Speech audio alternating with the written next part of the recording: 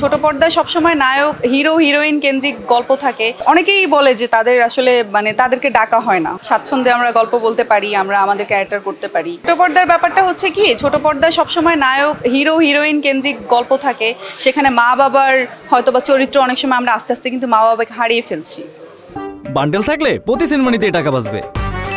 বিকাশ send money bundle কিনে জিতুন প্রতি লেনদেনে। ঠিক আছে, এখন অনেক ইন্টারভিউতে আমি দেখি আবুল হায়াত, নানা ভাই, তারপর হচ্ছে অনেকেই বলে যে তাদের আসলে তাদেরকে ডাকা হয় না, হয়তো বা মা বাবা নেই। কিন্তু আমি ছোটবেলায় দেখেছি যে আব্বু আম্মুদের সাথে অনেক নাটক দেখেছি যে সেখানে মা বাবা সবার প্রত্যেকটা চরিত্রর অনেক গুরুত্বপূর্ণতা থাকে। এখন টিভি নাটকে আমি দেখেছি শুধু হিরো হিরোইন 2-4 জন নিয়েই হয়ে যাচ্ছে কিন্তু গল্পটা। আর ওটিটির ক্ষেত্রে এই বিষয়টা কিছু কিছু আছে যে সবার চরিত্রকেই আস্তে আস্তে করে ফুটানো এবং সবাই ভালো করছে।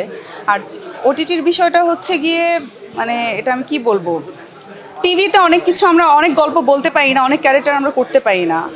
এখানে সেই জায়গাটা আছে, স্বাচ্ছন্দ্যে আমরা গল্প বলতে পারি, আমরা আমাদের ক্যারেক্টার করতে পারি।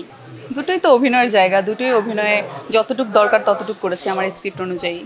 হ্যাঁ, অবশ্যই এই বিষয়টা অনেক ভয়ে কাজ করে, যা এই জন্য আমি সবসময় একটু চিন্তা ভাবনা করে কাজ করার চেষ্টা করি। সিনেমা নিয়ে অবশ্যই ভালো নির্মাতা, তারপর ভালো চরিত্র, ভালো গল্প যদি হয় অবশ্যই করব। ভালো নায়ক। পয়লা বৈশাখ নিয়ে পরিকল্পনা হচ্ছে ননসেন্স দেখব, সবাই ননসেন্স দেখবে, দেখার পরে আমাকে জানাবে তাদের কাছে কেমন লেগেছে। এবং পয়লা বৈশাখে পান্তা ইলিশ খাবো, ফ্যামিলির সাথে থাকবো, এটাই। পছন্দ। হ্যাঁ, খুবই পছন্দ। আমি বরিশালের মেয়ে, আমার ইলিশ পছন্দ হবে না?